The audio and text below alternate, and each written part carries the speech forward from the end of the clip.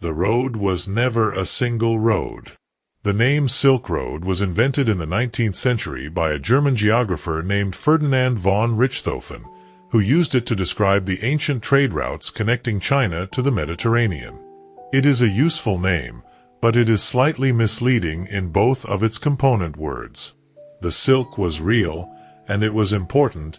and for much of the history of the trade it was one of the most valuable commodities moving along the routes. But the routes also carried glass and spices and horses and paper and cotton and precious stones and live animals and human beings and, most importantly, ideas. And the road was never one road. It was a network of routes, shifting across the centuries as political conditions changed and as specific oases grew or shrank or were abandoned, a web of connections rather than a single thread.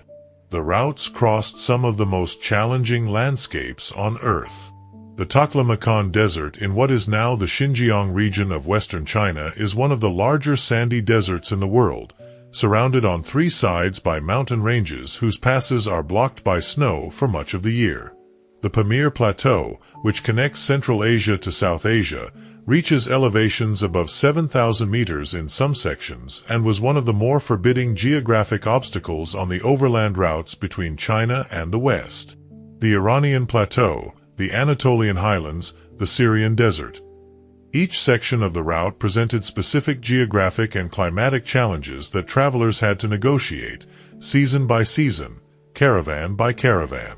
What made the crossing of these landscapes possible was the oasis. In the desert and semi-arid landscapes of Central Asia, the oasis was not simply a pleasant place with water and shade. It was the specific ecological feature that made sustained human habitation and long-distance travel possible in environments that would otherwise have been impassable. The oasis towns that grew up along the Silk Road were not simply stopping points on a journey. They were complex societies organized around the specific challenges of desert life, sustaining large populations in landscapes that required sophisticated water management, specific agricultural techniques, and the specific social and political organization that desert survival demands. Tonight we travel the old routes. We stop at the oases where caravans rested and merchants traded and ideas crossed continents. We look at the ruins of cities that flourished for 1,000 years and then were abandoned when the trade routes shifted.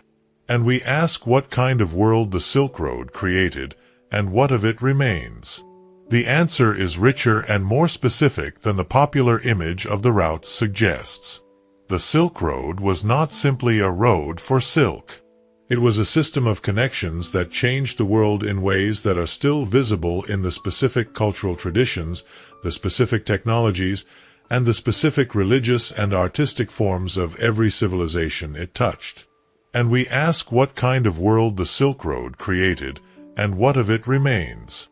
The Silk Road as a historical phenomenon encompasses several centuries of intensive commercial and cultural exchange between the civilizations of East Asia, Central Asia, South Asia, the Middle East, and Europe. The conventional dates for the Silk Road are approximately the 2nd century BCE to the 15th century CE, a span of roughly 16 centuries during which the overland routes carried goods and people and ideas between China and the Mediterranean world. The beginning of this period is associated with the Han Dynasty's diplomatic missions to the west under the envoy Zhang Qian in the 2nd century BCE, which established the first documented direct Chinese contact with the civilizations of Central Asia and opened the routes that would carry Chinese silk to the markets of Rome. The end is associated with the rise of maritime trade routes that gradually displaced the overland routes as the primary channel for intercontinental commerce. The specific character of the Silk Road trade was not the direct exchange of goods between China and Rome that the popular account sometimes implies. Most goods traveled along the routes in stages, passing through many hands between their point of origin and their final destination. The specific financial and commercial institutions that the Silk Road trade developed to manage these multi-stage exchanges were among the more sophisticated in the pre-modern world. The credit instruments and the partnership arrangements and the commercial legal traditions that allowed merchants to conduct business across enormous distances and across the jurisdictions of multiple political authorities were specific innovations of the trade world that had broader consequences for the development of commercial culture in the civilizations through which the routes passed. That the popular account sometimes implies. A roll of Chinese silk might be sold in the oasis town of Dunhuang at the edge of the Taklamakan, bought by a Sogdian merchant who carried it across the desert to Samarkand, sold again to a Parthian trader who moved it westward through Iran, and eventually reached the markets of Antioch or Alexandria in a form and with a provenance that bore little direct relationship to the Chinese workshop in which it was woven. The routes were commercial chains rather than direct connections, and the specific communities of merchants who managed each segment of the chain were the primary agents of the trade. The Sogdians of Central Asia, whose homeland was the region around Samarkand and Bokhara in what is now Uzbekistan, were the dominant merchant community of the Silk Road for much of its most intensive period. Their commercial networks extended from China to the Byzantine Empire, and the Sogdian merchant colonies that were established in oasis towns and trading cities along the routes from China to the Levant were the primary organizational infrastructure of the long-distance trade. The specific character of the Sogdian commercial tradition, documented in the remarkable archive of letters found in a watchtower in the Dunhuang region and in the merchant records found at various sites along the routes, gives a direct window into the daily business of the Silk Road trade that no other source provides. The oasis cities of Central Asia were the physical infrastructure of the Silk Road, and understanding them requires understanding the specific relationship between water, agriculture, and urban life in desert environments. The qanats or Khares systems, the underground channels that bring water from distant mountains to desert settlements by gravity, are the engineering foundation of oasis civilization in the arid landscapes of Central Asia and the Middle East. The specific technical knowledge required to construct and maintain a qanat system was one of the more sophisticated bodies of practical engineering in the pre-modern world. The calculation of the correct gradient for the underground channel, the spacing of the vertical shafts to allow air circulation and maintenance access, and the specific geological knowledge required to identify the alluvial fans where the groundwater was accessible at a usable depth, were all aspects of a technical tradition that was transmitted across generations of specialists and that was recognized in the ancient world as a specific form of valuable knowledge. To desert settlements by gravity are the engineering foundation of oasis civilization in the arid landscapes of Central Asia and the Middle East. These systems, which involve the construction of a series of vertical shafts connected by a gently sloping underground channel that taps into the groundwater of alluvial fans at the foot of mountain ranges, can transport water over distances of tens of kilometers without the need for pumping and without the evaporation losses that surface channels would suffer in a desert climate. The construction and maintenance of the qanat system required sophisticated engineering knowledge and sustained collective labor, and the specific communities that built and maintained these systems were the demographic and agricultural foundation of the oasis cities. The specific agricultural capacity of an oasis town depended directly on the volume of water available from the qanat system,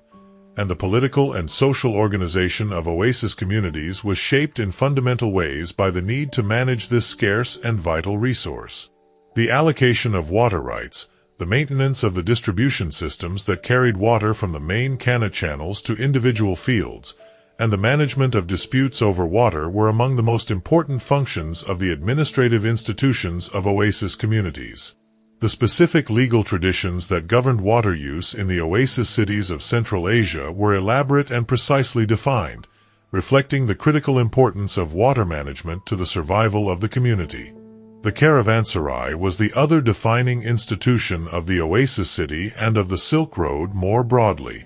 These large walled enclosures, designed to provide shelter, water, food, and security for traveling merchants and their animals, were the specific points of rest and transaction along the routes. The caravanserai typically combined a central courtyard where animals could be housed with surrounding rooms where merchants could sleep and store their goods, a well or cistern for water, and various commercial and social spaces where the business of the trade could be conducted. The specific spatial organization of the caravanserai, optimized for the specific practical needs of caravan travel in desert conditions, was one of the more successful architectural solutions to a specific practical problem, and the form remained in use with relatively little modification from the earliest periods of the trade through the end of the traditional caravan era. The oasis city at its height was a cosmopolitan place where multiple languages were spoken, multiple religions were practiced, and the material cultures of distant civilizations were visible in the goods and the personal possessions of the merchants and travelers who passed through.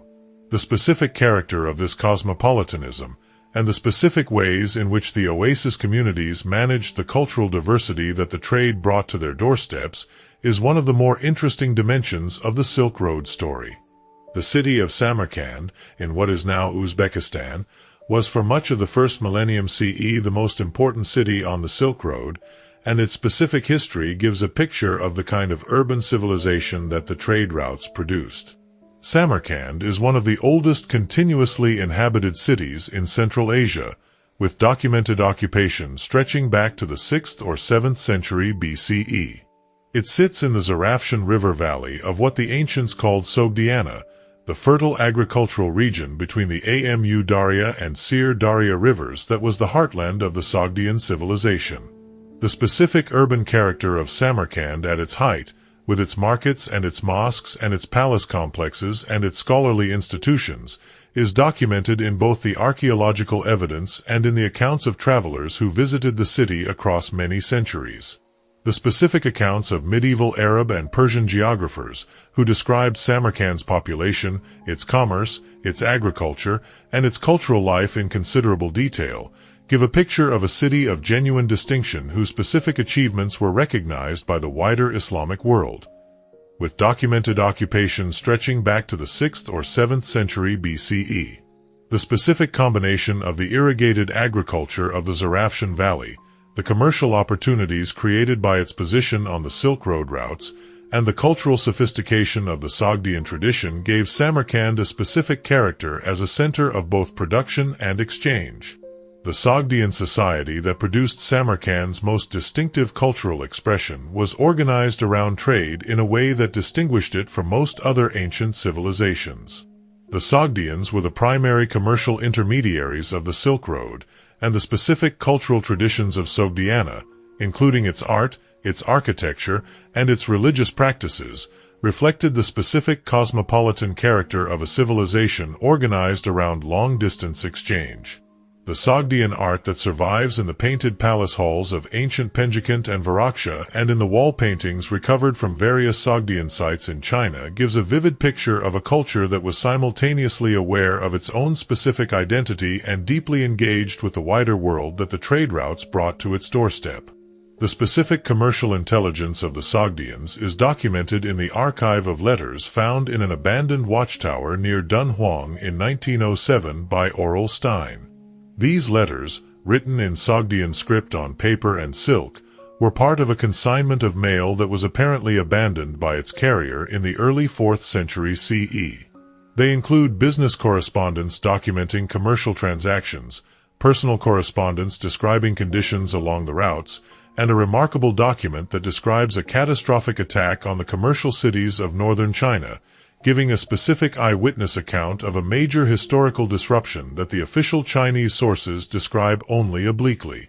The Sogdian letters are the most direct surviving evidence for the practical business of Silk Road trade as it was experienced by the merchants who conducted it. Alexander the Great, who conquered Samarkand in 329 BCE and renamed it Maracanda, was one of the more dramatic visitors to the city in its long history, and his campaigns in Central Asia brought the Greek world into direct contact with the Sogdian tradition in a way that produced specific cultural fusions visible in the material culture of the subsequent centuries. The specific legacy of the Alexander period in Central Asia, including the Greek-influenced art of the Gandharan tradition and the specific hybridization of Greek and Central Asian artistic conventions, is one of the more interesting dimensions of the cultural history of the Silk Road world.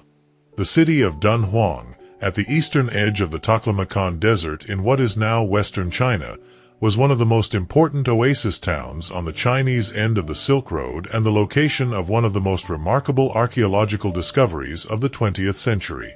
Dunhuang sits at the point where the northern and southern routes around the Taklamakan converge before entering the Hashi Corridor, the narrow strip of land between the Chilean Mountains and the Gobi Desert that leads eastward toward the Chinese heartland.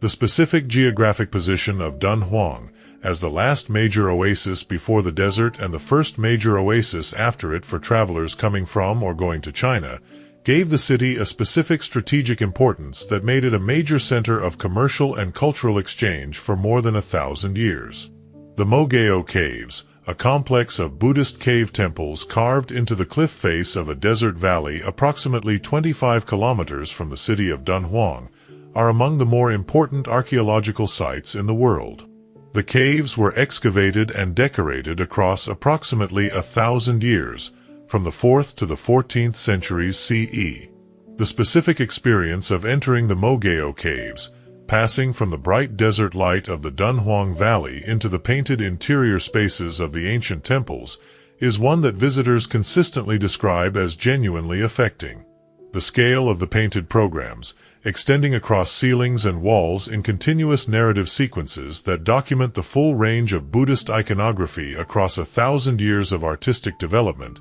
gives a sense of the specific cultural investment that the Oasis community made in its religious art over many generations. Of a desert valley approximately 25 kilometers from the city of Dunhuang, are among the most important archaeological sites in the world. The caves were excavated and decorated across approximately 1,000 years, from the 4th to the 14th century CE, and their interior surfaces are covered with paintings and sculptures that give an almost continuous record of the development of Buddhist art in Central Asia across the full span of the Silk Road's most intensive period. The specific range of artistic traditions visible in the Mogao Caves, including Chinese, Central Asian, Indian, and various hybrid styles, documents the specific cultural exchange that the trade routes facilitated in a visual record of extraordinary richness. The Cave of the Library, or Cave 17, is the discovery that gave Dunhuang its specific importance in the scholarly understanding of the Silk Road.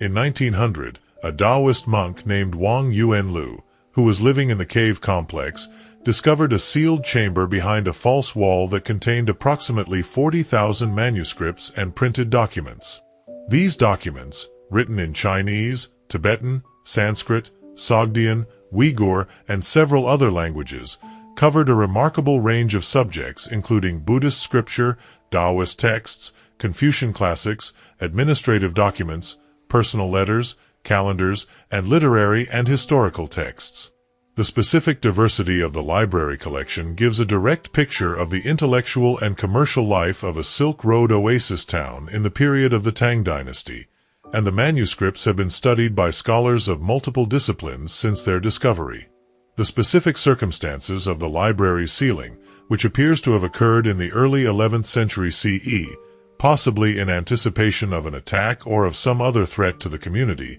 give the collection a specific historical character as a snapshot of the intellectual resources of a Dunhuang monastery at a specific moment. The recovery and analysis of these documents, now dispersed across libraries in Britain, France, Russia, Japan, China, and elsewhere, has been one of the more productive areas of medieval Asian studies for more than a century. The religions of the Silk Road are one of its most important and most discussed aspects, and the specific routes by which Buddhism, Christianity, Islam, Zoroastrianism, and Manichaeism spread across Asia are among the more fascinating stories in the history of religion. Buddhism made its westward journey from its homeland in northern India along the Silk Road routes, traveling through the Kushan Empire that controlled the critical territory where the routes from India, China, and Central Asia converged, and reaching China by the 1st century CE through the oasis towns of Central Asia. The specific speed with which Buddhism spread along the Silk Road routes, reaching China within a few centuries of the Buddha's lifetime, is itself evidence for the efficiency of the cultural transmission mechanisms of the trade world. The specific social infrastructure of the trade, including the merchant communities that carried religious texts and images alongside commercial goods, and the political patronage of rulers who found the specifically cosmopolitan character of Buddhism congenial to the needs of multicultural oasis polities, were the primary mechanisms through which the religion spread. Traveling through the Kushan Empire that controlled the critical territory where the routes from India, China, and Central Asia converged, and reaching China by the 1st century CE through the oasis towns of Central Asia. The specific character of Buddhism as it traveled along the routes was shaped by the specific cultural contexts it passed through, and the Buddhism that reached China was different from the Buddhism of India in specific ways that reflected the influence of the Hellenistic, Central Asian, and Chinese cultural traditions that it absorbed along the journey. The Gandharan Buddhist art of what is now Pakistan and Afghanistan, which combined Indian iconographic traditions with Greek artistic conventions in the production of the first figurative representations of the Buddha, is one of the more vivid expressions of this cross-cultural synthesis. Nestorian Christianity, the tradition that resulted from the theological controversy of the 5th century CE and that spread eastward along the Silk Road after its adherents were expelled from the Byzantine Empire, reached as far as China by the 7th century CE, as documented by the remarkable Nestorian stele erected in the Tang dynasty capital of Chang'an in 781 CE.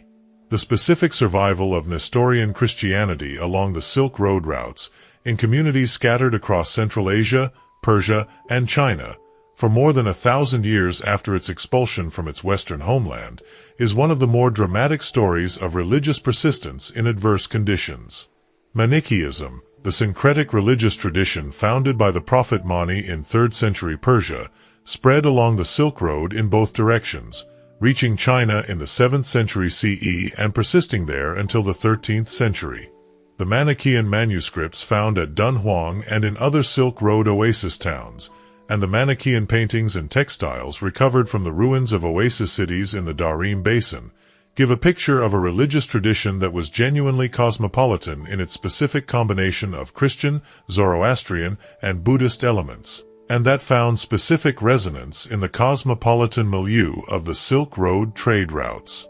Zoroastrianism, the ancient Persian religion that was the state religion of the Sasanian Empire through which much of the Silk Road ran, left specific traces in the art and material culture of the oasis cities, and the specific influence of Zoroastrian cosmological imagery on the Buddhist and Manichaean art of the routes is one of the more interesting evidence of the religious cross-pollination that the trade facilitated. The fire temples of the Sogdian cities, and the specific funerary traditions of the Sogdian communities in China, which combined elements of Zoroastrian, Buddhist, and local Central Asian practice, give a picture of the specific ways in which religious traditions were adapted to the specific social contexts of Silk Road communities. The archaeology of the Silk Road has produced some of the more remarkable individual discoveries in the history of the discipline, and the specific sites that have been investigated give an increasingly detailed picture of the ancient trade routes. Aurel Stein,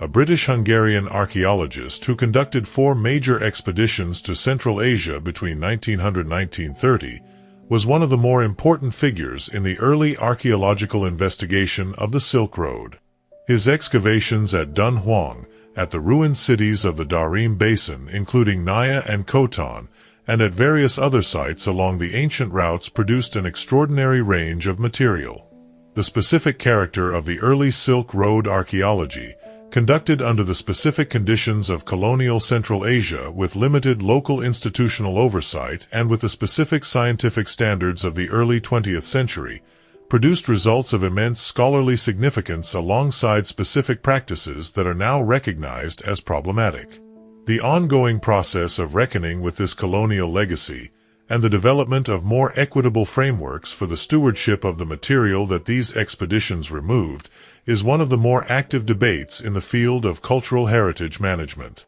Between 1900 and 1930, was one of the more important figures in the early archaeological investigation of the Silk Road. His excavations at Dunhuang, at the ruined cities of the Darim Basin including Naya and Khotan, and at various other sites along the ancient routes produced an extraordinary range of material, including the Dunhuang manuscripts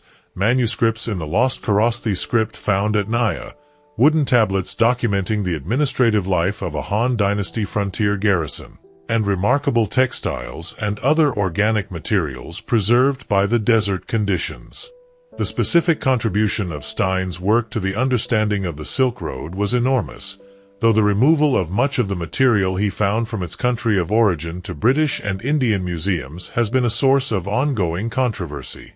The city of Naya, located in the Darim Basin south of the Taklamakan in what is now Xinjiang, is one of the more evocative Silk Road ruins. An oasis settlement that was inhabited in the first centuries of the Common Era and then abandoned when the water supply failed, Naya has been partially preserved by the desert conditions that terminated its use, and the specific materials found there by Stein and subsequent Chinese and Japanese excavations give a picture of daily life in a small Silk Road oasis town during the Han Dynasty period. The wooden documents found at Naya, written in Kharosthi script in a language that appears to be Prakrit, were the administrative records of the local kingdom of Shanshan, and they document the specific legal and commercial life of a small desert polity in remarkable detail. The city of Merv, in what is now Turkmenistan, was one of the most important cities on the Western Silk Road during the Sasanian and early Islamic periods. At its height in the 12th century CE,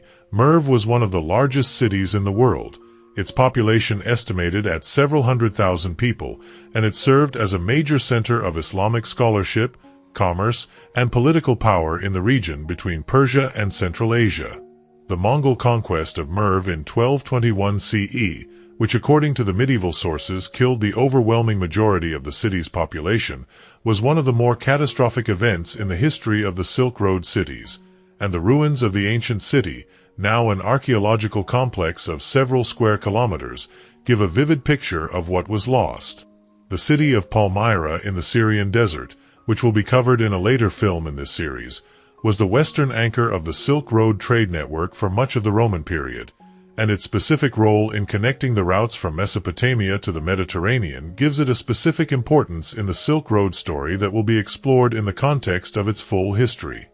The camels that carried the goods along the Silk Road were not a minor detail, but an enabling technology without which the specific form of the Central Asian trade would not have been possible. The Bactrian camel, the two-humped variety native to the steppes and deserts of Central Asia, is physiologically adapted to the specific challenges of the Silk Road landscape in ways that no other domesticated animal matches. It can carry loads of up to 300 kilograms across desert terrain for multiple days without access to water, surviving on the fat reserves stored in its humps. The specific cultural significance of the camel in the Silk Road world is visible in the remarkable quantity of camel imagery in the art of the oasis civilizations. The Tang Dynasty ceramic camel figures, which are among the most immediately recognizable objects from the Silk Road period, depict the Bactrian camel with a specificity of observation that reflects the central role of the animal in the commercial and cultural life of the trade world.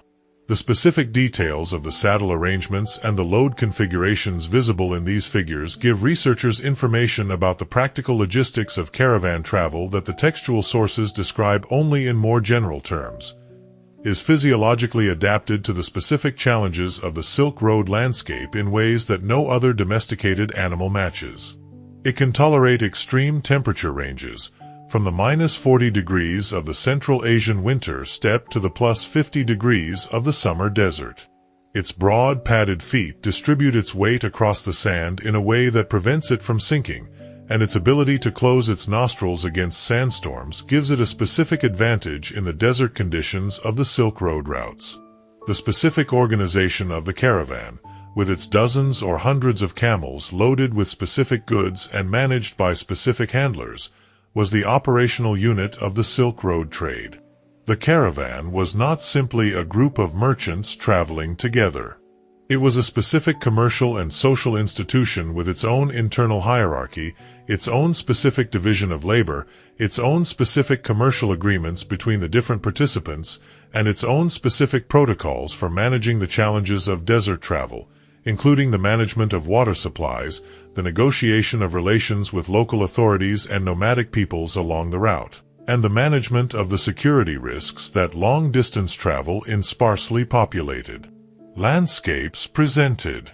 The caravanserai system that provided the physical infrastructure for caravan travel was one of the more impressive institutional achievements of the Silk Road world. The specific spacing of the caravanserais along the major routes, approximately 1 day's travel apart, reflected a specific understanding of the carrying capacity of the camels and the endurance of the human travelers, and the specific services provided at each caravanserai, water and fodder for the animals and food and lodging for the human travelers, were standardized in ways that allowed caravans to plan their routes with a degree of predictability that the desert landscape alone would not have provided. The specific goods that the camels carried represent one of the more interesting inventories in the history of commerce. Silk, the commodity that gave the routes their name, was valuable partly because of its specific material properties, its lightness, its sheen, its warmth, and its adaptability to dyeing in vivid colors, and partly because of the specific difficulty of producing it outside of China, where the mulberry trees and the silkworms and the specific craft knowledge required for sericulture were concentrated. The specific secrets of silk production were eventually transmitted westward, according to the Byzantine sources, when 2 Nestorian monks smuggled silkworm eggs out of China hidden in their hollow walking staffs, an act of industrial espionage that eventually broke the Chinese monopoly on silk production. The paper that the Silk Road transmitted from China to the Islamic world and then to Europe was, in its specific long-term consequences, arguably a more important commodity than the silk that gave the routes their name. Paper was invented in China, with the earliest surviving examples dating to the 2nd century BCE and with documented use becoming widespread by the 2nd century CE. For several centuries after its invention, paper remained primarily a Chinese technology, while the rest of the world relied on other writing materials. The specific significance of the paper transmission for the history of knowledge is difficult to overstate. The availability of cheap, lightweight, and easily manufactured writing material transformed the economics of manuscript production, and therefore the economics of intellectual culture in every civilization that adopted it. The specific increase in the volume of texts produced, and in the size and diversity of the literate public that could afford to own texts, that followed the adoption of paper in the Islamic world and then in Europe, contributed directly to the specific intellectual developments of the medieval Islamic and European periods, and with documented use becoming widespread by the 2nd century CE. For several centuries after its invention, paper remained primarily a Chinese technology, while the rest of the world relied on other writing materials: papyrus in the Mediterranean world, parchment in Europe and the Middle East, palm leaves and birch bark in South Asia. The specific advantages of paper over these other materials, its lower cost, its greater versatility, its lighter weight, and its capacity for mass production using the Chinese techniques of pulping plant fibers and forming sheets on a frame, eventually made it the dominant writing material across most of the world. The specific transmission of paper technology to the Islamic world occurred in 751 CE at the Battle of Talas, when an Abbasid Arab army defeated a Tang Chinese force in the Sir Daria Valley of Central Asia, capturing among the prisoners papermakers who were then put to work establishing the first paper mill in the Islamic world at Samarkand. From Samarkand, the technology spread rapidly westward, reaching Baghdad by the end of the 8th century, North Africa by the 9th, and eventually Europe by the 12th century. The specific implications of this transmission for the history of knowledge and communication are immense. The Islamic Golden Age of scholarship,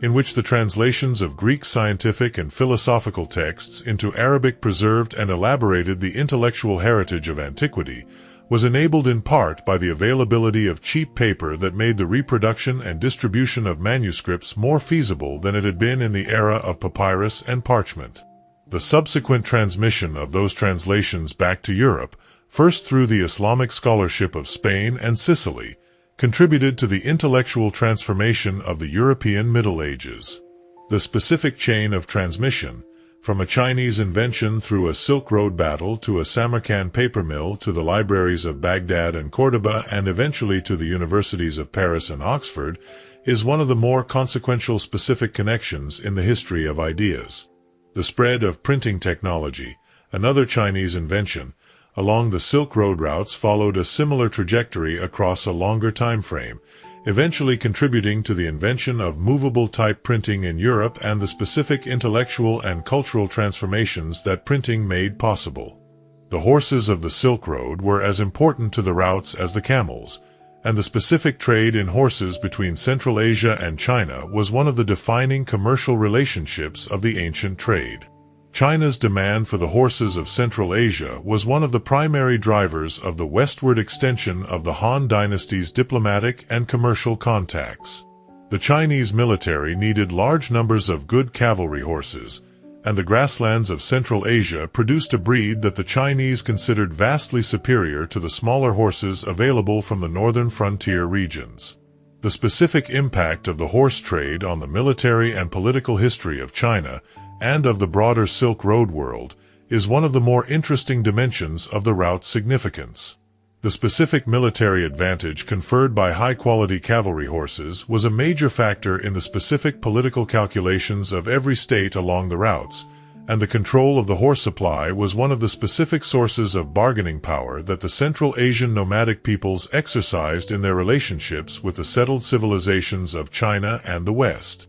Of the westward extension of the Han Dynasty's diplomatic and commercial contacts. The Chinese military needed large numbers of good cavalry horses, and the grasslands of Central Asia produced a breed of horses, the heavenly horses of the Fergana Valley, that were considered by the Chinese to be vastly superior to the smaller horses available from northern China and Mongolia. The specific characteristics of the Fergana horse, its large size, its speed, and the specific detail recorded in the Chinese sources that it sweated blood, possibly a reference to a parasitic infection that produces a reddish discharge, made it an object of specific Chinese desire that the Han Emperor Wu was willing to send armies to obtain. The silk for horses trade that developed between China and the Central Asian states was one of the more interesting commercial arrangements of the ancient world. China exported silk, which the Central Asian nomadic peoples valued for its practical uses as clothing and for its prestige value as a luxury material, in exchange for the horses that the Chinese military needed. The specific terms of this trade, which involved the exchange of specific quantities of silk for specific numbers of horses at specific exchange rates, are documented in the Chinese historical sources and give a picture of a commercial relationship that was simultaneously a diplomatic and a military one. The specific role of the nomadic peoples of the Central Asian steppe in the Silk Road story is one that the standard accounts of the trade sometimes underemphasize. The nomads were not simply raiders who threatened the settled trade routes. They were participants in the trade, consumers of the silk and other manufactured goods that the routes carried, producers of the horses and the pastoral products that the settled civilization sought, and in some periods the political controllers of the routes who extracted tolls and provided protection in exchange for the tribute that the trading states paid them.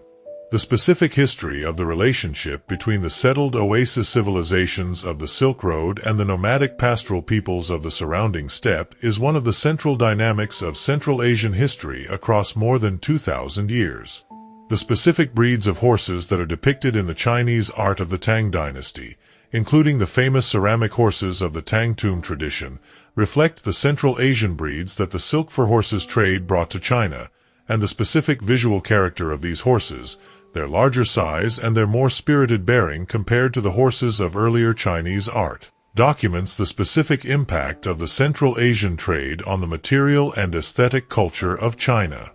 The Tang dynasty period, from the 7th to the 10th century CE, was the most cosmopolitan phase of the Silk Road, and the specific character of Tang China as a multicultural society shaped by the trade routes is documented in extraordinary detail in the art and the literature and the administrative records of the period. The Tang capital of Chang'an, located in the Wei River Valley in what is now Shaanxi Province, was in the 7th and 8th centuries CE one of the largest and most cosmopolitan cities in the world. Its population, estimated at approximately 1 million people at its height, included not only the Chinese population of the Tang Empire but large communities of foreign merchants, musicians, and religious specialists. The specific visual record of Tang cosmopolitanism, preserved in the ceramic tomb figurines and the wall paintings of the period, gives a picture of the specific cultural diversity of the capital city in a form that is both immediately accessible and historically significant. The specific accuracy of the figurine depictions of Central Asian musicians and camel drivers and polo players, visible in the specific detail of their clothing and their equipment and their physical appearance, speaks to a society that was paying careful attention to the specific character of its foreign residents and that valued their presence enough to immortalize it in the funerary art of its elite. In what is now Shaanxi province, was in the 7th and 8th centuries CE one of the largest and most cosmopolitan cities in the world.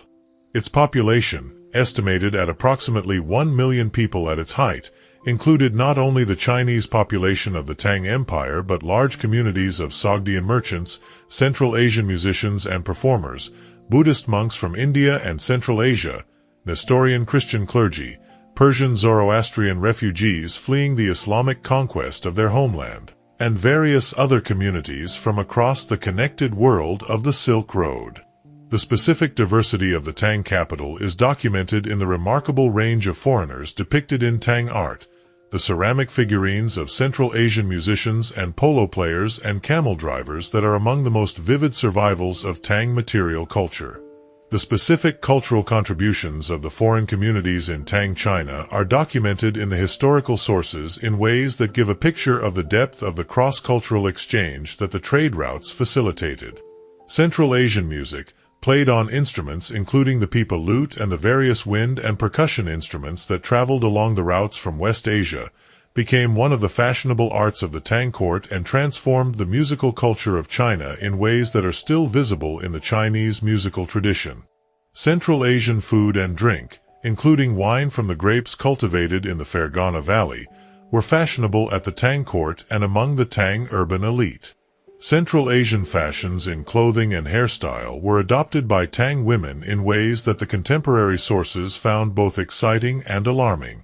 The specific administrative documents of the Tang period, preserved in large quantities at Dunhuang and at other sites along the Silk Road routes, give a picture of the practical mechanisms through which the Tang state managed the commercial and cultural traffic of the routes. The passport systems that required travelers to carry documentation of their identity and their purpose, the tax records that documented the goods moving through specific customs points, and the administrative correspondence that managed the network of garrison towns and relay stations along the routes all contribute to a picture of a state that was actively engaged with the management of the trade rather than simply benefiting from it. The Islamic conquest of Central Asia in the 7th and 8th centuries CE transformed the Silk Road world in fundamental ways, introducing new political, religious, and commercial frameworks that shaped the routes for the following several centuries. The rapid expansion of the early Islamic Caliphate across Persia, Central Asia,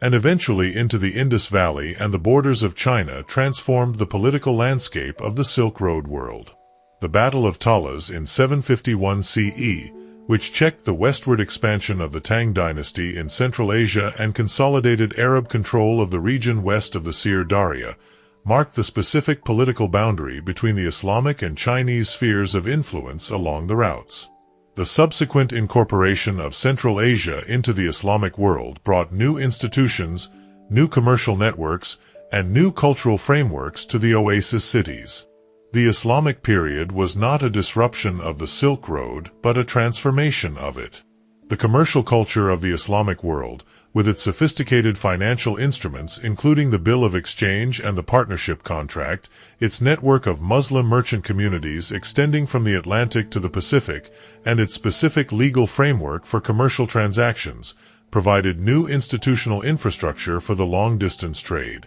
The Abbasid Caliphate's patronage of scholarship and translation produced the intellectual culture that preserved and elaborated the classical heritage, and the specific geographic and commercial knowledge accumulated by Islamic scholars and merchants gave the Silk Road world a more systematic understanding of its own extent and its own organization than earlier periods had produced. The city of Merv in the period of the Abbasid Caliphate was one of the most important cities in the Islamic world, a major center of scholarship and commercial activity that connected the routes from Persia and the Mediterranean to those leading eastward toward China and India. The specific intellectual life of Islamic Merv, which produced scholars of mathematics, astronomy, medicine, and philosophy, whose works were transmitted westward to become part of the Islamic Golden Age, gives a sense of the specific cultural productivity of the Silk Road cities in the Islamic period. The Silk Road under the Abbasid Caliphate and its successor states was a more institutionally organized commercial system than the earlier routes had been,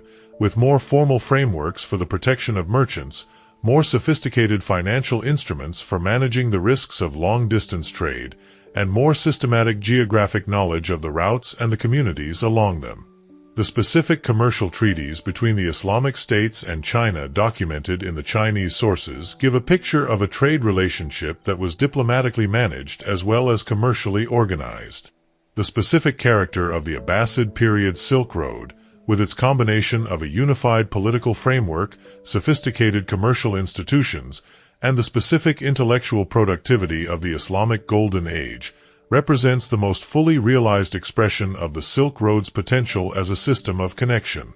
The specific concentration of scholarly and commercial activity at the cities of the Abbasid world, and the specific role of the Silk Road in supplying those cities with the goods and the ideas from the wider world that fueled their creativity, is one of the more productive analytical frameworks for understanding the routes at their most significant. The Mongol Empire of the 13th and 14th centuries created conditions along the Silk Road that were simultaneously more violent and more commercially open than the preceding period. The Mongol conquests of the 13th century were catastrophic for many of the Silk Road cities. The destruction of Merv in 1221, of Samarkand in 1220, and of the entire agricultural and urban infrastructure of several major Central Asian centers eliminated some of the most important cultural centers of the medieval Silk Road world. The specific scale of the destruction in the Mongol conquests has been a subject of scholarly debate since the medieval period. The medieval sources consistently describe numbers of dead that are almost certainly exaggerated, but the specific archaeological evidence for destruction and abandonment at the sites of the major Mongol attacks is genuine, and the specific loss of irrigation infrastructure, particularly the Khanate systems that required specialized knowledge to maintain, had long-lasting consequences for the agricultural capacity of the affected regions that persisted for generations after the political disruption was resolved. The destruction of Merv in 1221, of Samarkand in 1220, of the entire agricultural and urban infrastructure of the Indus Valley in 1220 to 1221, and of Baghdad in 1258 eliminated some of the most important cities and cultural centers of the medieval Silk Road world. The specific scale of the destruction in these conquests, while the medieval sources consistently exaggerate the numbers of dead, was genuinely devastating, and the specific irrigation infrastructure of many oasis cities, including the Khanate systems that were their agricultural foundation, was damaged in ways that took generations to repair. The subsequent Pax Mongolica, the period of relative political stability across the vast Mongol Empire that followed the initial conquests, created conditions along the routes that travelers of the period consistently described as more secure than any previous period of their history. The specific political unification of the territory from China to the Danube under a single political system removed the multiple border crossings, customs inspections, and transit tolls that had complicated long-distance travel in the preceding centuries, and the Mongol policy of protecting merchants and guaranteeing the security of commercial caravans on the imperial roads created conditions that encouraged the expansion of trade across the full extent of the routes. Marco Polo's journey from Venice to the court of Kublai Khan in the 1270s and 1280s is the most famous individual account of travel along the Silk Road in the Mongol period. Marco Polo's account of the specific cities and landscapes of the Silk Road routes, from the oasis towns of Persia and Central Asia to the trading cities of China and Southeast Asia, is one of the more important primary sources for the geography and the commercial life of the routes in the 13th century. Though the specific reliability of individual passages in the account has been debated by scholars since the earliest period of its reception. Whatever the specific accuracy of the individual details, the Polo account gives a vivid picture of the specific experience of Silk Road travel in the Mongol period that no other surviving source matches in its scope and its specificity.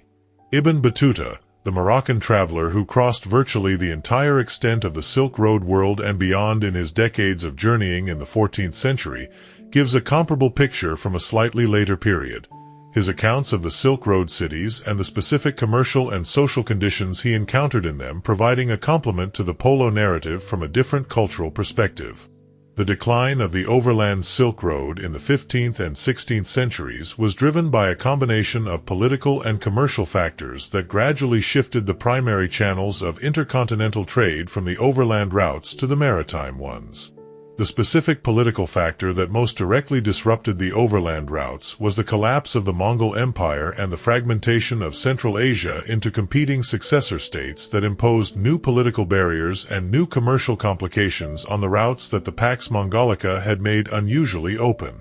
The specific transition from the overland routes to the maritime ones was not a sudden event but a gradual shift that unfolded over several centuries, with the overland routes remaining significant for specific categories of goods and specific regions long after the maritime routes had become dominant for the bulk of the intercontinental trade. The specific resilience of certain Silk Road commercial traditions, including the Central Asian caravan trade that continued to supply the markets of the steppe communities and the oasis cities long after the great intercontinental circuits had been replaced by maritime alternatives, is evidence for the specific adaptability of commercial networks to changing conditions. Was the collapse of the Mongol Empire and the fragmentation of Central Asia into competing successor states that imposed new political barriers and new commercial complications on the routes that the Pax Mongolica had made unusually open. The reimposition of multiple borders, multiple customs systems, and multiple sets of political risks along the route significantly increased the transaction costs of the overland trade and made the alternative routes, including the maritime routes through the Indian Ocean, relatively more attractive. The development of the Portuguese maritime route around Africa to India and the Spice Islands in the late 15th and early 16th centuries was the more dramatic factor, creating a direct maritime connection between Europe and the trade goods of South and Southeast Asia that bypassed the entire overland route and the multiple intermediaries, including the Ottoman Turkish state that had come to control the western approaches to the routes, through which the overland trade had to pass. The specific economics of the maritime route, which could carry much larger volumes of goods at lower cost per unit than the caravan trade, gradually displaced the overland routes as the primary channel for the luxury goods, including spices and silk and porcelain, that had been the core commodities of the Silk Road trade. The oasis cities of Central Asia did not immediately decline when the maritime routes became dominant. The local and regional trade of the oasis network continued to sustain the cities of the Zarafshan Valley and the Darim Basin for several more centuries, and the specific communities of the oases maintained their agricultural and commercial life in diminished but continuous form. But the specific character of the Silk Road cities as cosmopolitan centers of intercontinental exchange was progressively lost as the volume of long-distance trade using the routes declined, and the specific cultural diversity and the specific intellectual productivity that the trade had generated gradually diminished as the routes became less central to the global commercial system. The specific ruins of many Silk Road oasis cities, abandoned when their water supplies failed or when their commercial importance declined below the threshold required to sustain their populations, are preserved in the desert conditions of Central Asia in a form that gives direct evidence for the character of the civilization they once housed. The specific sites of Naya, of Lulan, of Jauha, and of dozens of other abandoned oasis towns along the Darim Basin routes are time capsules of the Silk Road world, their organic materials preserved by the same desert conditions that eventually forced their abandonment. The discovery and investigation of the ruined Silk Road cities of the Darim Basin was one of the defining archaeological enterprises of the early 20th century, driven by a combination of scholarly curiosity and imperial competition that produced extraordinary results alongside significant controversy. The Great Game, the strategic competition between the British and Russian empires for influence in Central Asia in the 19th century, created the political context within which much of the early Silk Road archaeology was conducted. The specific interest of both British and Russian authorities in the geography, the resources, and the Antiquities of Central Asia gave official support to the exploratory and archaeological expeditions that mapped and excavated the Silk Road landscape. The specific legacy of the Great Game for the understanding of the Silk Road is therefore a mixed one. The expeditions of this period produced the foundational scholarship on the ancient trade routes, establishing the basic geographical and archaeological framework within which all subsequent research has operated. But the specific institutional and ethical frameworks within which this research was conducted, and the specific distribution of the materials recovered across institutions in Europe, Russia, and Japan that followed from it, are part of the complicated history of colonial knowledge production that the current generation of scholars is working to address. For influence in Central Asia in the 19th century created the political context within which much of the early Silk Road archaeology was conducted. The specific interest of both British and Russian authorities in the geography, the resources, and the antiquities of Central Asia gave official support to the exploratory and archaeological expeditions that mapped and excavated the Silk Road landscape in the period from approximately 1890 to 1930. The specific figures who conducted this work, including Stein for the British, Sven Hedin for the Swedes, Paul Pelliot for the French, Albert Grunwedel and Albert von Lecoq for the Germans, and Sergei Oldenburg for the Russians, all worked in a competitive and occasionally acrimonious environment that shaped both the character of the discoveries and the subsequent distribution of the materials they recovered. The specific discoveries made by these early expeditions are among the more remarkable in the history of archaeological exploration. The Dunhuang manuscripts, the frescoes of the Kizil caves in the Darim Basin, the wooden documents from Naya, the silk paintings and textiles from various Darim Basin sites, and the frozen organic materials from the Pamir sites are all finds of extraordinary significance that transformed the understanding of the Silk Road world. But the specific circumstances of their discovery and removal, which in many cases involved the extraction of materials from living religious communities or from archaeologically sensitive sites without adequate documentation or consent, have been a source of ongoing controversy and are part of the broader discussion about the ethics of early 20th century colonial archaeology. The subsequent development of Chinese archaeology in the Xinjiang region, and the development of national archaeological traditions in Kazakhstan, Uzbekistan, and the other Central Asian republics after the dissolution of the Soviet Union, has produced a new generation of Silk Road research conducted under different institutional and ethical frameworks than the colonial-era expeditions.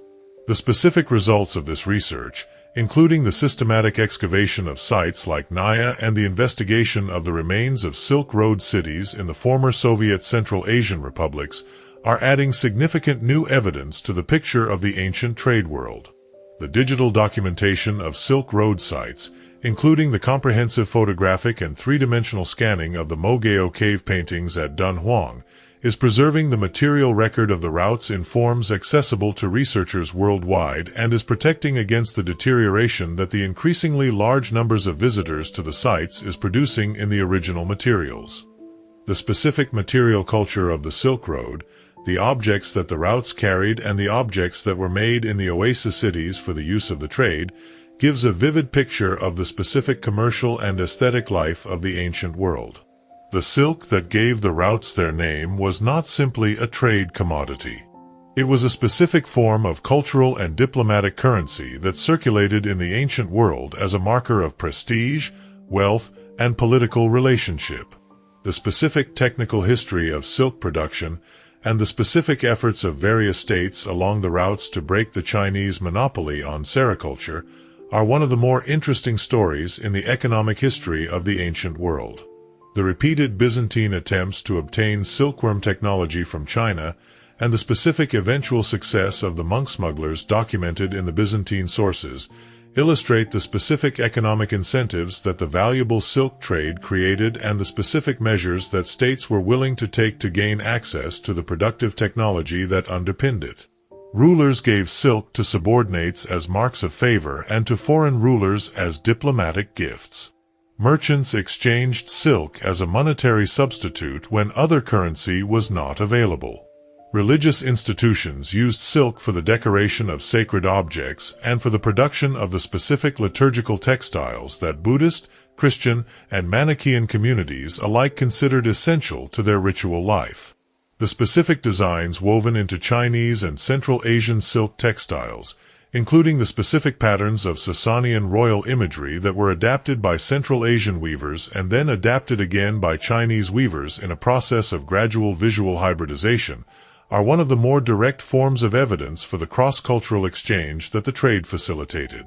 The ceramics of the Silk Road world reflect both the movement of goods along the routes and the specific local traditions of the oasis cities. Chinese celadon and porcelain reached the markets of the Islamic world and eventually of Europe along the Silk Road routes, and the specific influence of Chinese ceramic forms and decorative conventions on the pottery traditions of Persia and Central Asia is visible in the archaeological record of the oasis cities. The specific hybrid forms that resulted from this influence, combining Chinese shapes and glazing techniques with the decorative traditions of Islamic pottery, are one of the more vivid material expressions of the cultural synthesis that the routes produced. The glassware of the Roman and Byzantine world traveled eastward along the routes, and the specific distribution of Roman glass vessels in China and Central Asia documents the western end of the trade in durable goods that complemented the movement of silk and paper westward. The specific fascination of Chinese courts with Roman glass, documented in the Chinese historical sources, gives a sense of the specific exoticism that the products of distant civilizations carried when they appeared in markets far from their place of production. The metal objects of the routes, including the specific gold and silver vessels of Sogdian and Sasanian manufacture that circulated as prestige items across the trade world, are among the more important surviving material evidence for the specific artistic and cultural exchanges of the Silk Road period. The specific iconography of these vessels, combining elements from multiple artistic traditions in characteristic Silk Road hybrid forms, documents the specific synthesis of cultural influences that the trade routes produced in the material culture of the oasis civilizations. The specific role of women in the Silk Road trade, and in the social life of the oasis cities, is documented in the surviving sources in fragmentary but interesting ways. The Sogdian letters found near Dunhuang include correspondence from women merchants and wives of merchants that gives a direct picture of the specific role of Sogdian women in the commercial life of the trade. One letter, written by a woman named Nanadhat who was apparently stranded in China with her children while waiting for her husband to return from a trading expedition, describes her situation with a directness and a personal urgency that speaks across 17 centuries. The specific economic and social independence visible in Sogdian women's correspondence, including the ability to conduct commercial transactions and to make independent decisions about travel and residence, is a specific feature of Sogdian social organization that the surviving evidence documents. The depictions of women in the art of the Silk Road oasis cities, including the painted halls of Penjikent and the frescoes of various Tang dynasty sites in China, show women in roles that include not only the domestic sphere but the specific public life of the entertainment industry that was a significant part of the cultural life of the trade routes. The female musicians and dancers from Central Asia who were celebrated in Tang dynasty poetry and who are depicted in Tang tomb figurines were specific cultural exports of the oasis tradition that had a significant impact on the cultural life of Tang China. The specific evidence for women in the administrative and commercial life of the oasis cities is supplemented by the legal documents from Dunhuang and other sites, which show women as property owners, as parties to commercial contracts, and as participants in the legal life of their communities in ways that give a more complex picture of gender roles in the Silk Road oasis tradition than the standard accounts sometimes convey. The specific variation in the gender norms of different communities along the routes, reflecting the specific cultural traditions of different ethnic and religious groups, is visible in the range of evidence from the different sites. The specific contribution of women to the craft production that was one of the economic foundations of the oasis cities, particularly in the textile trades, is documented in the administrative records of the period and in the specific evidence for the organization of silk weaving and other textile production. The specific labor of weaving, which was in most Silk Road cultures a female activity conducted within the household economy, was the productive foundation of the most important commodity in the trade, and the specific skill and knowledge of the women who conducted this work was essential to the commercial success of the cities. The specific oral traditions and the specific craft knowledge that women transmitted within the household economy of the oasis communities were as important to the reproduction of those communities as the more visible commercial activities of the male merchants documented in the written sources. The specific knowledge of textile production techniques, the specific recipes and food preparation traditions, and the specific religious practices associated with the domestic sphere are all dimensions of the Silk Road world that the written sources address only indirectly, but that the material evidence of the oasis sites is beginning to illuminate. What makes the Silk Road different from other ancient trade networks is the specific combination of geographic scale, cultural diversity, and long-term continuity that gave it its particular character.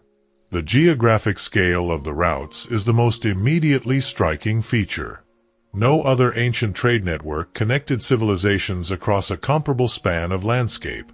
from the Pacific coast of China to the Atlantic coast of Europe, through the specific landscapes of the Gobi Desert, the Pamir Plateau, the Iranian Plateau, the Anatolian Highlands, and the Levantine coast, a distance of more than 8,000 kilometers. The specific geographic knowledge that the Silk Road trade required and produced was itself one of its significant intellectual legacies. The maps and the geographical descriptions produced by Islamic scholars and administrators who were managing or studying the trade routes, including the remarkable geographical encyclopedias of Al-Idrisi and Al-Masudi, represent a significant advance in the human understanding of the world's geography, and the specific knowledge they accumulated about the routes and the civilizations they connected was one of the intellectual foundations of the subsequent age of European exploration. The specific fact that goods, people, and ideas traversed this distance in the ancient world, using the specific transport technologies of the period, speaks to a commercial and cultural ambition of remarkable scale. The cultural diversity of the Silk Road world was another defining feature.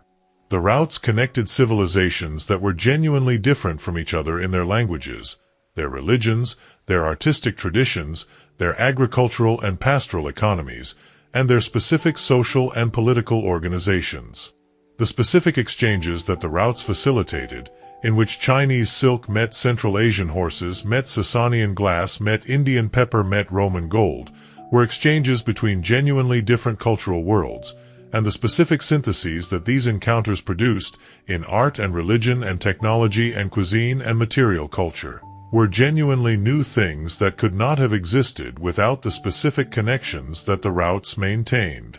The long-term continuity of the routes is the third defining feature. The Silk Road in its various forms persisted for more than 1,500 years, through the rise and fall of specific dynasties and specific empires, through the spread of new religions and the decline of old ones, through the specific disruptions of the Mongol conquests and the specific transformations of the Islamic period. The specific resilience of the commercial networks and the specific adaptability of the communities that maintained them to changing political and cultural conditions is one of the more impressive dimensions of the Silk Road story. The specific lesson of the Silk Road for the broader understanding of ancient and medieval commerce is that long-distance exchange was not simply an economic phenomenon. It was also a cultural phenomenon, a political phenomenon, and a religious phenomenon, and the specific connections between these different dimensions of the trade significance are part of what makes the story of the routes genuinely complex and genuinely interesting. The specific archaeology and scholarship of the Silk Road has been transformed in recent decades by new methodological approaches and new research programs that are producing a more complete and more precise picture of the ancient trade world. The analysis of ancient textiles using a combination of fiber analysis, dye analysis, and weave structure analysis is giving researchers a much more specific picture of the specific origins and the specific manufacturing traditions of the textiles that circulated along the routes. The specific interdisciplinary character of current Silk Road research, which brings together archaeologists, historians, linguists, geneticists, material scientists, and specialists in the art and material culture of multiple traditions, is one of its more productive features. The specific questions that the Silk Road raises about the mechanisms of cross-cultural exchange, the population history of the oasis civilizations, and the specific character of the commercial and diplomatic relationships between the connected civilizations require multiple forms of evidence and multiple analytical approaches that no single discipline alone can provide. Dye analysis and weave structure analysis is giving researchers a much more specific picture of the specific origins and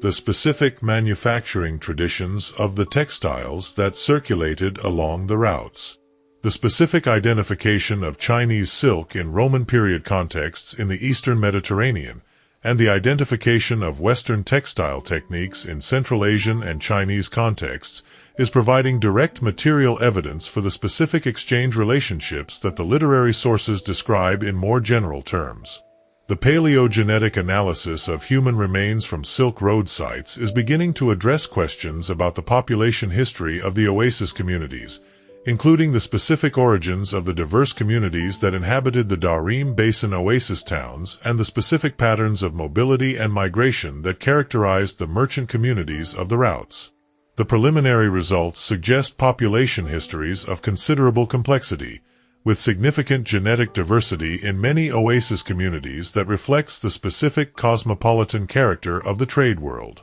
The digital humanities approaches that are being applied to the documentary record of the Silk Road, including the systematic analysis of the Dunhuang manuscript corpus using computational methods and the development of integrated databases that connect the documentary and material evidence from multiple sites and multiple languages, are making the accumulated knowledge of more than a century of Silk Road scholarship accessible in new ways and are enabling new forms of comparative analysis that the previous generation of scholars could not have carried out. The development of archaeological research in the Central Asian republics since the dissolution of the Soviet Union has produced significant new evidence for the Silk Road world, particularly for the Sogdian cities of the Zarafshan Valley and the other oasis civilizations of the western part of the routes. The systematic excavation of sites in Uzbekistan, Tajikistan, and Kazakhstan, conducted by National Archaeological Services alongside international research collaborators,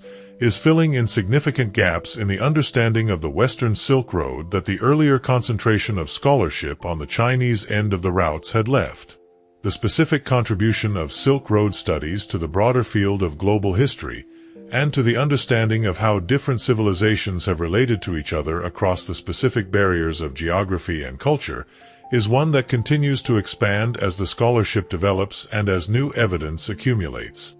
What remains uncertain about the Silk Road encompasses questions ranging from the practical to the philosophical.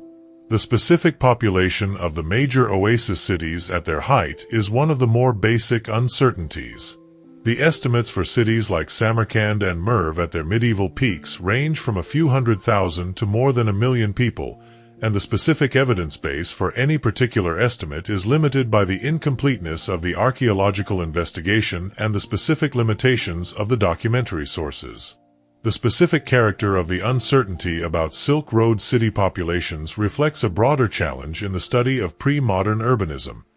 The evidence that is needed to estimate urban populations, including comprehensive archaeological coverage of the full extent of the urban area and detailed administrative records documenting the number of taxable households, is rarely available for any ancient or medieval city, and the specific conditions of the Silk Road sites, where the urban areas are often only partially excavated and where the documentary evidence is concentrated at certain sites and certain periods, make the challenge particularly acute. Is one of the more basic uncertainties. The specific carrying capacity of the Kanat systems and the agricultural hinterlands of the oasis cities gives some basis for estimating maximum populations, but the translation of agricultural potential into actual population figures involves assumptions that the evidence cannot definitively confirm. The specific mechanisms through which the cultural exchanges facilitated by the trade routes operated at the individual level are another area of genuine uncertainty. The general patterns of exchange, the spread of Buddhism along the routes, the movement of textile techniques from west to east and east to west, the transmission of musical instruments and musical forms, are well documented in general terms. But the specific moments of transmission, the specific individuals who made specific choices to adopt specific foreign ideas or techniques or objects, and the specific social mechanisms through which new cultural forms were accepted or rejected in specific communities, are questions that the evidence addresses only obliquely. The specific environmental history of the oasis cities, including the specific causes of the abandonment of specific sites and the specific relationship between climate change, irrigation failure, and the decline of specific communities, is an area where the research is actively developing but where significant uncertainties remain. The specific causes of the abandonment of the Darim Basin oasis towns, including Naya and Lulan, have been debated for more than a century, and the current evidence, pointing to a combination of climatic change, river course change, and possible political disruption, is suggestive but not conclusive. The specific oral traditions, the stories and the songs, and the specific cultural forms of knowledge that circulated along the Silk Road routes and that were the primary medium of cultural transmission for the majority of the people who participated in the trade, are almost entirely lost. The specific texts that survive are the texts of literate elites, preserved because they were written down and because the specific preservation conditions of the desert environment or the specific care of manuscript traditions maintained them. The oral culture of the caravan drivers and the oasis farmers and the nomadic pastoralists who made up the majority of the Silk Road world is accessible only in the most indirect and fragmentary ways. The Silk Road changes how we think about the ancient and medieval world and about the specific relationships between the civilizations that the routes connected. The most immediate implication is about connectivity. The standard accounts of the ancient and medieval world tend to treat the major civilizations of China, India, Persia, the Islamic world, and Europe as essentially separate entities that developed their distinctive characteristics in relative isolation. The specific revision that the Silk Road evidence requires is not simply the addition of a commercial history to the existing accounts of these civilizations. It is a fundamental reconceptualization of the relationship between them, one that treats the connections between civilizations as constitutive of their specific characters rather than as incidental additions to independently developed traditions. The specific cultural forms of Tang China cannot be fully understood without understanding the Central Asian and Sasanian and Indian influences that the Silk Road brought to the Tang world. The specific character of medieval Islamic scholarship cannot be fully understood without understanding the Chinese and Indian scientific and philosophical traditions that the Silk Road transmitted to it. The specific interconnections are not peripheral to the story. They are central to it. The standard accounts of the ancient and medieval world tend to treat the major civilizations of China, India, Persia, the Islamic world, and Europe as essentially separate entities that developed their distinctive characteristics in relative isolation and made contact with each other only occasionally and superficially. The evidence from the Silk Road challenges this picture directly. The civilizations of the ancient and medieval world were in sustained and intensive commercial, cultural, and intellectual contact across enormous geographic distances, and the specific exchanges that this contact facilitated shaped the character of each civilization in ways that cannot be fully understood without engaging with the connections. The broader implication is about the specific mechanism through which cultural change happens. The Silk Road demonstrates that the most transformative cultural changes are often not the result of deliberate policy or dramatic confrontation, but of the gradual accumulation of specific practical exchanges. The adoption of a new musical instrument because it sounded good, the incorporation of a new weaving technique because it produced better cloth, the acceptance of a new religious idea because it addressed a specific spiritual need, the use of a new financial instrument because it reduced the risks of long-distance trade. The specific cultural synthesis of the Silk Road world was produced by millions of individual practical choices, each one made in a specific social and economic context, rather than by the grand decisions of rulers and religious leaders. The specific lesson of the Silk Road for the present is about the specific relationship between trade and cultural exchange. The popular debate about globalization sometimes treats the cultural mixing that accompanies economic integration as either an unambiguous good or an unambiguous threat, depending on the perspective of the speaker. The Silk Road evidence suggests a more nuanced picture.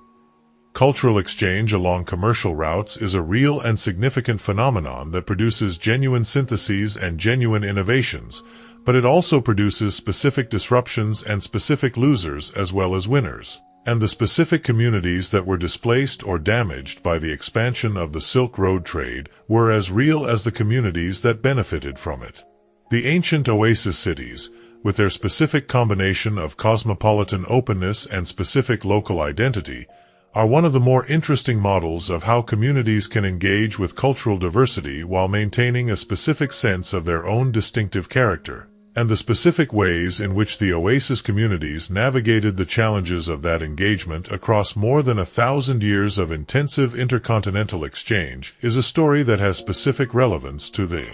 challenges of the present. The people of the Silk Road were fully human in every sense, and the specific evidence that the archaeology and the historical sources have preserved gives access to the specific humanity of individuals who lived and worked along the routes. The Sogdian merchant whose letters were found in the Dunhuang watchtower, written in the early 4th century CE, was a specific person with specific commercial concerns and specific personal relationships.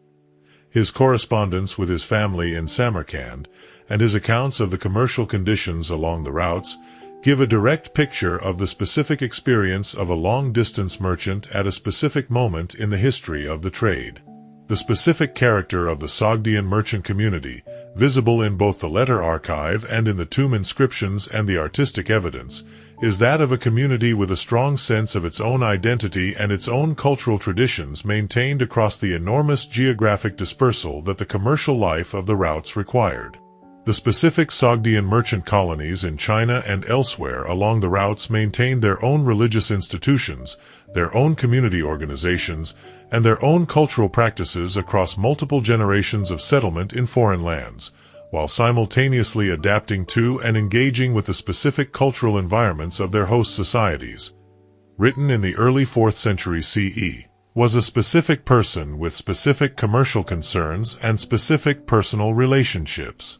The specific anxiety that his letters convey about the commercial disruptions of the period, and the specific details of the commercial relationships he was managing, connect the abstract history of the Silk Road trade to the lived experience of a person who was navigating a very specific situation in a very specific world. The woman Nanadhat, stranded in China with her children and writing to her husband about her situation with evident urgency, is another specific individual whose letter gives a direct window into the human reality of the Silk Road world. Her situation, in which the specific mobility required by the trade had separated her from her family and left her in an uncertain position in a foreign country, is one that the abstract accounts of the commercial networks cannot convey. The specific emotion in her letter, the combination of practical concern about her situation and personal feeling about the separation from her husband, is recognizable across 17 centuries in the way that direct personal communication always is. The Buddhist monk Xuanzang, who traveled from China to India in the 7th century CE in search of Buddhist scriptures, and whose account of his journey is one of the more important primary sources for the Silk Road in the Tang period, was a specific person pursuing a specific religious and intellectual goal.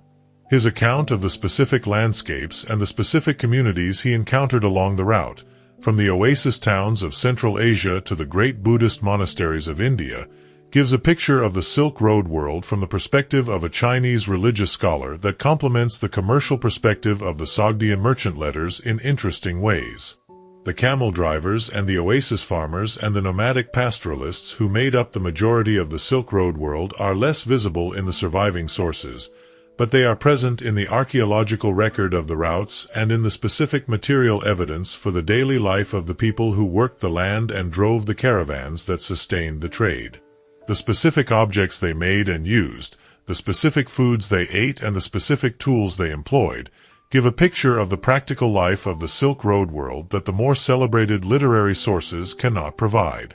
The central image of the Silk Road is the image of a caravan moving across the desert at the end of the day, the camels making their distinctive gait across the sand toward the lights of the oasis town still visible in the distance. The specific quality of the desert light in the late afternoon, in the landscapes of the Taklamakan or the Iranian plateau or the Syrian desert, is one of clarity and depth that the photographs and the descriptions approach but do not fully capture. The light comes from the west at that hour, casting long shadows from each camel and each human figure in the caravan, making the specific shapes of the animals and the people vivid against the pale surface of the desert. The oasis in the distance catches the last light on its trees and its buildings, the green of the irrigated land visible even across several kilometers of desert as a specific contrast to the surrounding aridity. The merchants who made these crossings, week after week and month after month across the centuries of the trade, knew this specific quality of desert travel in a way that is not accessible from the historical distance of the scholarship. They knew the specific smell of the camels and the specific weight of the goods they were carrying and the specific calculation of how far the next water was and whether the animals had enough strength to reach it. They knew the specific sounds of the caravan at night, the camels making their specific sounds and the other travelers making their specific sounds, and the desert making its own specific sounds in the cold that comes down quickly after sunset in the arid landscapes of Central Asia. The ruins of the caravanserais along the routes, many of them still standing in various states of preservation in the landscapes of Iran and Central Asia and the Levant, are the specific physical remains of the institution that made the desert crossings possible. The specific spatial organization of the caravanserai, with its central courtyard and its surrounding rooms and its water supply and its storage spaces, is still readable in the ruins, and the specific experience of approaching one of these ruins across the desert, seeing the walls and the gateway from a distance and then entering the enclosed space of the courtyard, gives a specific sense of the relief that the arrival at a caravanserai must have represented for a caravan that had been traveling for several days without shelter or guaranteed water. The specific human experience of the Silk Road, the specific combination of hardship and wonder and commercial calculation and religious devotion and personal longing that the surviving accounts describe, is the experience of specific people who made specific journeys for specific reasons in a world that was both smaller and larger than the one we inhabit. Smaller because the physical distances were enormous and the crossing of them took months or years. Larger because every crossing brought specific encounters with specific new things, and the world that a Silk Road traveler had seen when they returned from a long journey was genuinely larger than the world they had left. The ongoing research on the Silk Road is producing new evidence and new understanding at a pace that reflects the growing interest in the routes and the expanding toolkit of methods available for their investigation.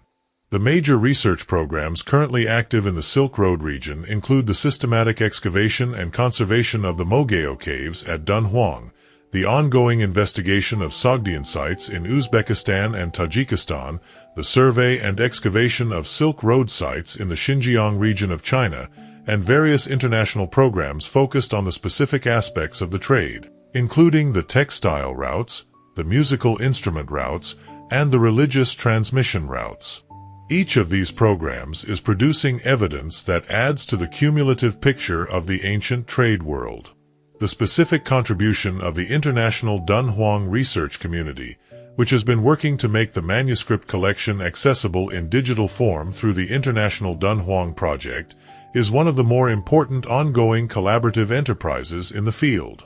The systematic digitization and cataloging of the manuscripts, which are now dispersed across institutions on 4 continents, and the development of online databases that allow researchers to search and compare documents across different collections, is transforming the accessibility of the Dunhuang evidence in ways that are producing new scholarly results at an accelerating pace. The investigation of the genetics of the Darim Basin mummies, the remarkably well-preserved human remains found in the desert tombs of the Oasis region that date to the 2nd and 1st millennia BCE, is one of the more exciting recent developments in Silk Road research. The ancient DNA analysis of these mummies has shown them to be related to a specific ancient population that was ancestral to various Eurasian groups, but that was not directly ancestral to any specific modern population, giving them a specific place in the complex population history of Central Asia that the archaeology alone could not have revealed. The specific future of Silk Road research will be shaped by the continuing development of scientific methods, by the ongoing political developments in the Central Asian region that affect the accessibility of specific sites to international researchers, and by the growing interest in the Silk Road as a model for thinking about intercontinental connectivity and cultural exchange in both the historical and the contemporary context. The ancient routes are not simply a subject of academic interest. They are a specific historical case study in the consequences of connection, and the specific lessons they offer for thinking about the relationship between trade, culture, and human contact across the distances that separate different civilizations are lessons that have specific contemporary relevance. The specific institutional innovations of the Silk Road world, including the commercial legal traditions, the financial instruments for managing risk across long distances, and the specific mechanisms for guaranteeing the security of merchants and their goods in politically fragmented landscapes, are forerunners of the commercial institutions of the modern global economy, and the specific history of their development along the Silk Road routes is part of the broader history of the institutions that make long-distance commercial exchange possible.